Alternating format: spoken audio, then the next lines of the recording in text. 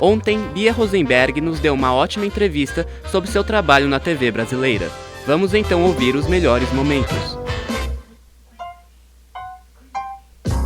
Formação acadêmica e profissional. Estudei rádio e TV lá na ECA, depois eu fiz uma pós-graduação na Califórnia, mas quando eu estava na ECA, eu já fui ser estagiária na TV Cultura.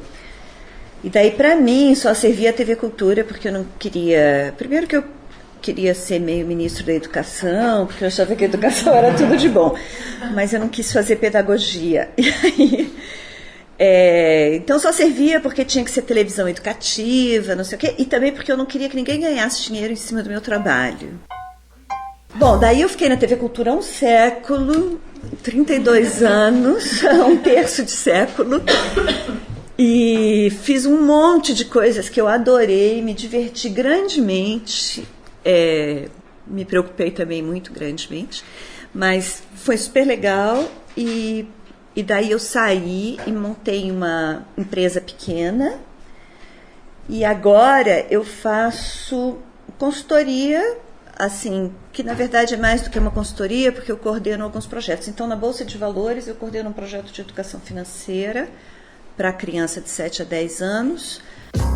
Programas educativos. Então, vamos falar assim, a gente tem programas educativos. Programas educativos podem ser formais e não formais.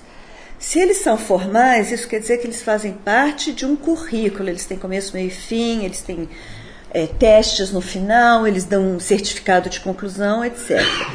E o educativo não formal é tipo Beekman, Discovery Channel, em que você está ensinando coisas, mas você não está fazendo disso um curso.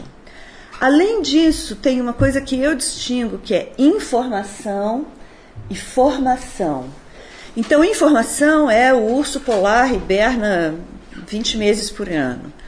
E formação tem a ver com uma criação de pessoas como cidadania, respeito ao próximo, compreender a si mesmo, compreender o outro. Influência da TV na vida da criança. Tem duas coisas. Primeiro, que todas as pesquisas que veem a influência, pelo menos as que eu tenho contato, a influência da televisão na vida das crianças são muito difíceis porque tem muitas outras variáveis. Então, você não consegue mensurar exatamente, o menino assistiu aquele programa e aí isso e aquilo, teve tal consequência. TV. Se você quer atingir o público de 7 anos, dirija para 10. Se você quer atingir o público de 10, dirija para 12. Agora, o público de 12, 13 anos é o público mais difícil que tem, porque eles não querem ser tratados como criança, mas eles ainda não cresceram. Mas eu acho que ainda no Brasil a gente tem que pensar em canais abertos, porque a penetração do canal fechado é muito pequena. Vocês vão também ao longo da vida perceber que televisão é bem generalista. Em televisão não tem esse mensurável. Então, eu acho que tem uma tendência da novela de seguir uma tendência da realidade e, ao mesmo tempo, da realidade ir seguindo a novela. E da mesma forma para programas para criança. Então, não tem uma idade certa que a família deve olhar. Tem um lado que eu estou criando, eu estou fazendo uma história, eu estou isso, eu estou aquilo, mas tem um lado que é como que eu quero que as pessoas reajam. Então, tudo que você faz sim pensando em quem está assistindo. É importante você saber que existem meios de, aspas, não vou chamar manipular, mas provocar certas reações. Para crianças menores de 7 anos não rola telejornal, que é de uma violência incrível, não tem horário. Impressiona muito as crianças, elas sabem que o telejornal não é fantasia, que é verdade, então elas se assustam muito. Programas infantis. Mas, de qualquer maneira, o Cocoricó foi pensado para criança de 3 a 6 anos. E aí a gente observou um fenômeno que é que os bebês adoram o Cocoricó, que é um programa bastante falado, porque os bonecos não permitem uma ação muito intensa, mas os bebês adoram os bonecos, os bebês adoram as canções. faz alguma coisa com o mundo deles, que eu não sei bem qual é, que repercute na alma do bebê. Fazer programa para criança e não colocar música para criança pequena é um desperdício, porque eles adoram as canções. Grande admiração pelo Teletubbies, inclusive porque foi o primeiro programa que assumiu, sim, bebês veem televisão. Porque cada vez mais o atraente é o irreverente, o atraente é o sem educação, o atraente é o que não respeita, é o que transgride. Mas sempre teve um departamento de assessoria pedagógica composto por pedagogos e por psicólogo. E esse departamento, essa área de assessoria, trabalhava no sentido de ver a adequação do programa para a faixa etária, a adequação das informações.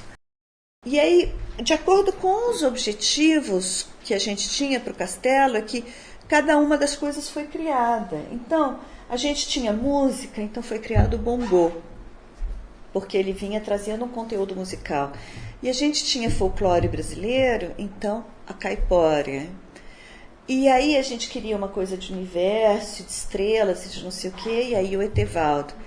O Doutor Abobrinha foi o único criado porque a gente queria um vilão. Investimento em programas infantis. Tem uma questão interessante que é a questão econômica.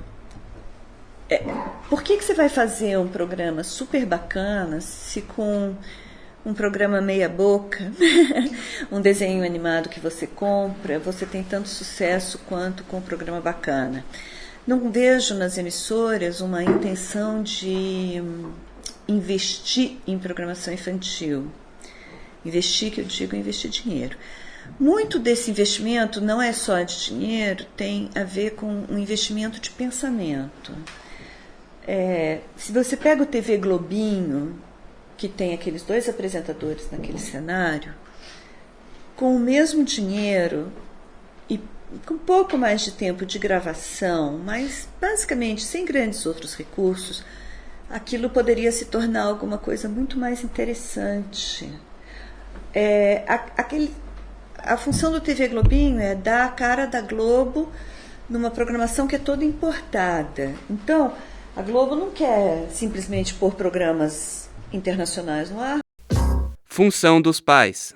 Eu também acho que é evidente que a criança pode assistir tudo na televisão, desde que intermediado pelos pais. Na medida que você intermedia, aquilo que é ruim na televisão é também uma coisa legal para você conversar com a criança. Uhum. Então, se você mostra o programa do Ratinho ridicularizando uma pessoa com deficiência, você pode dizer, não se trata uma pessoa assim. Então, na intermediação, você educa. Nesse sentido, que eu digo que a televisão é responsabilidade dos pais. Tecnologia. A tecnologia é tão familiar que todo mundo faz televisão. E a produção independente é um caminho que eu acho que é um caminho que vai se fortalecer muito aqui no Brasil. Você ficou com a entrevista de Bia Rosenberg. Semana que vem, não perca a entrevista com Ronaldo Fenômeno. Até lá!